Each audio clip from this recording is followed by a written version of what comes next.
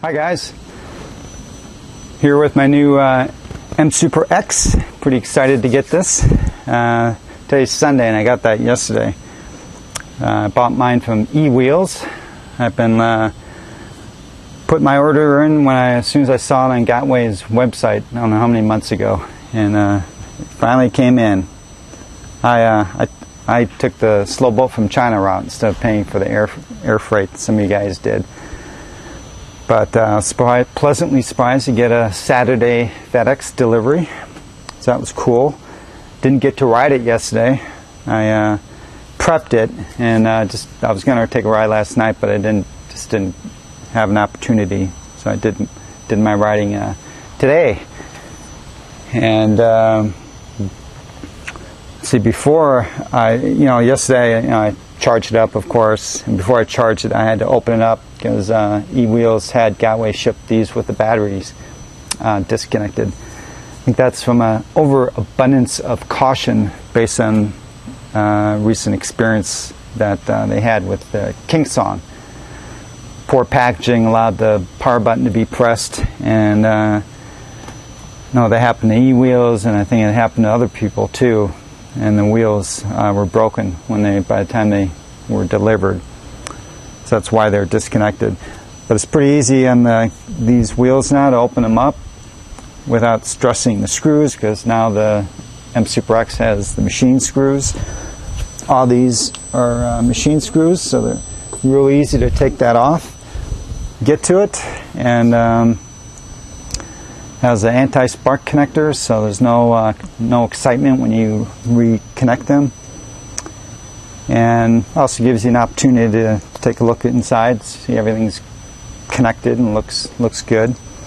The only one thing that I did that some of you guys might consider this, because most of you guys are probably, I got mine Saturday because I live like about 10 miles from the warehouse that these get shipped from. So you guys are probably going to get the wheels, sometime throughout next week.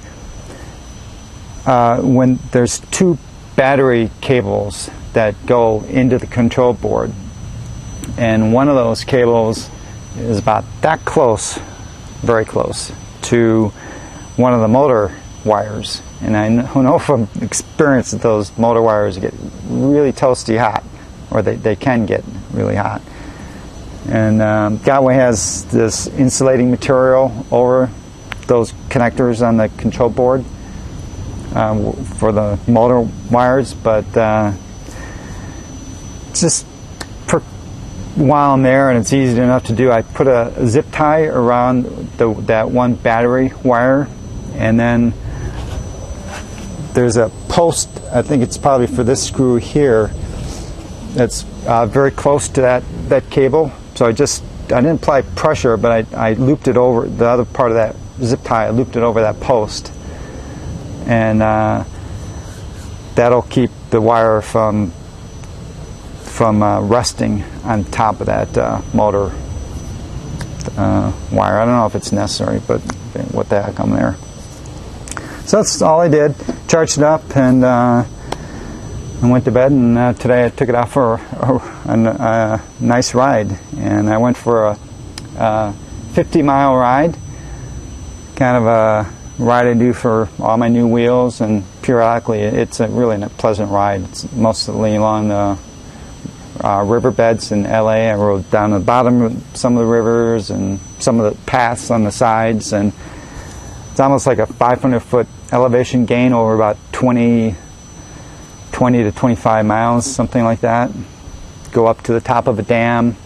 So a lot of varied riding, and then just return home from there.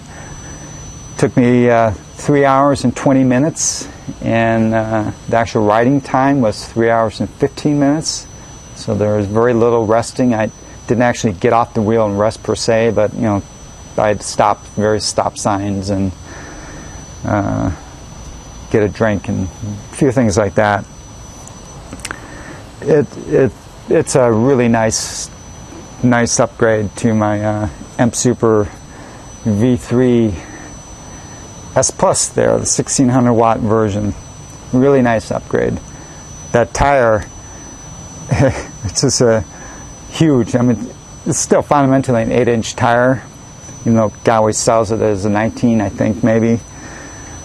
Yeah, the dimension, if you measure from here to here, is over 18 inches. It's over, I think it's might even be approaching 20 inches, but it's an 18 by 3-inch tire, though, really wide, wider than the Monster tire. And it just feels so nice. It tracks really nice. I tend to get the MSuper V3 was one of the more wobbly tires of all my wheels that I ride. Periodically, road conditions, you get wobbles, and the MSuper V3 was the most prone to wobbles for me, and I didn't get really any wobbles with this, and it's just so smooth. I've been riding a lot of the Z10, 9-bot Z10 over the last few weeks, and after riding this, you really appreciate the difference between the two wheels. And I love the Z10. I'll have other videos on that. But the Z10, when you're cruising, high-speed cruising and turning, you got to throw your weight into it. It's a different style of riding. This you don't. You just lean and just smoothly carves into that turn. Butter smooth. Feels like you're on a train just going around a curve. It's really nice. And that big tire takes all the bumps in the road beautifully. It's a nice upgrade. What's funny is my older MSuper, which I rode about maybe 3 weeks ago now, I got these new side pad extensions from EUC guy. He 3D printed them, and it gives a curvature on the outside, on the front of the pad, so when you're climbing hills you can push into it. Anyway, I rode that, and it was fine. Today, just to bring it out here, I rode it, and the wheels grumbling and shaking. Amazing. It's either the control board is loose, I'm hoping, maybe, or the axle nuts, though it sure had zero symptoms of any kind of looseness. So that's fascinating. So what odds? Just when this wheel is giving me problems, I have my replacement 8-inch wheel, replacement MSuper. So perfect timing. I'm going to fix that guy, though. Figure out what's going on with it. I always say you have to have backup wheels, and I have kind of quite a few wheels now, and so I have plenty of backup wheels. But now I have to work on having backups to all the different class of wheels I have. So now I'm going to have this will be my backup 18-inch MSuper to my primary MSuper.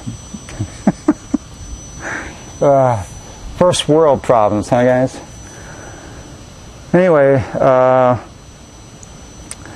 when I comment on the pedals, so obviously they're the same pedals, but the pedal height on this MSuper, and this is no news to you guys, but I just love the height. It's like the V10F, really high pedals, but whereas the V10F pedals are basically flat, and rubber, by the way. These pedals are really at a steep dihedral angle. The Godway pedals are not flat, but I think those are nominal about, if I remember, about 6 degrees. These are much more, and it just feels like your feet are just stuck to the side of the wheel. Really holds your feet firmly, and then with that height, I defy anyone to pedal scrape while riding this wheel. I haven't ridden in any tough trail conditions, but it's just going to be great because I'm not going to have to worry about hitting rocks now or small boulders. It's just going to be so nice. And then when you're doing high-speed turns, it's kind of messing with your head, but sometimes I think about, well, you know, is my pedal going to potentially scrape as I'm doing this banking turn? And with this wheel, that takes all that psychological stuff out of your head, because you just know there is no way your pedals are going to be hitting the ground on this wheel. Really nice. So, you know, again, I rode 50 miles today over 3 hours, and my feet are fine. They're starting to get to me a little bit after 3 hours, but no more than any of my other wheels. So I just want to say, some people have really ragged on these Gotway pedals, saying, oh, they're too steep, you know, they're crazy, you know, it's uncomfortable. I just want to point out that don't take that as gospel. Everyone's feet are different. Some people have difficulty riding for more than 10 miles before their feet start hurting. You know, I'm just warming up after 10 miles. So everyone's feet are different. These pedals are great for me. They might not be for you. But don't assume that because some people say they're uncomfortable that they are. You're just going to have to try them out for yourself. And you know, I had a 14C. That was one of my early wheels, and which I love that wheel. And I had really steep pedals. This reminds me of the 14C, actually. If any of you guys have 14C, these are very much like that. Since then, Kingsong has flattened out their pedals, and now it kind of looks like Gotway is steepening their pedals, because the Tesla pedals, they're not quite as steep as this, but they're steeper than the ACM or the old MSuper. So this must go in cycles. Kingsong is getting flat, Gotway is getting steep, and the 9-Mott Z10, and they're pretty flat. So this mudguard here, this is from a EUC guy. He gave me this. I love it. He gave me it for my MSuper, and works great, and actually fits this wheel perfectly. He'd give me a heads up that it fits great. So all I did is I put a couple dabs of hot glue in the grooves, so when I stuck it on, it won't have any tendency to pop off. But with the hot glue, you can still pull it off if necessary. So I guess that's just my first impressions of this new MSuper. One last thing before I forget is the side pads, which again, that probably is the worst thing about this wheel, only because they're kind of, the fit is crappy. You guys have all seen everything about that, but other than that, I think now I haven't done any mountain climbing yet, but they're great. With my MCM5 has no pads, the Z10 has no pads. I'm really learning now, finally, after all this time, that I don't think pads are all that necessary unless you're a jumper, and it potentially could help with hill climbing. But my MCM5 is the best hill climbing wheel on the planet. I'm not kidding, and it has no side pads. So those pads were great for me today. During that 50-mile ride, all they did is, when you're turning and sometimes the wheel is bumping up against your legs, they serve the purpose of just taking the edge off this hard edge. But I think you guys who are really depending on pads, or you're maybe squeezing the wheel, you got to work on getting away from that. You know, working on loosening up your stance, where you really should be riding, I think, where the wheel is pretty much just bouncing lightly between your legs, and your legs are not gripping the shell. And in that case, all you need is enough pad to just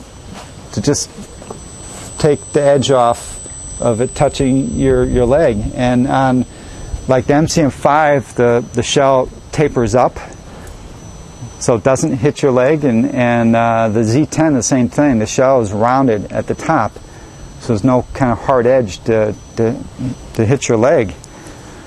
therefore you don't need pads. I really do not think you need pads on those wheels. And so I suspect the only thing I'm going to potentially change on this over time is change the material if it wears away. But other than that, right now I don't plan on doing anything. We'll see how that goes. Okay, been rambling on long enough here. Back to riding. Talk to you guys later.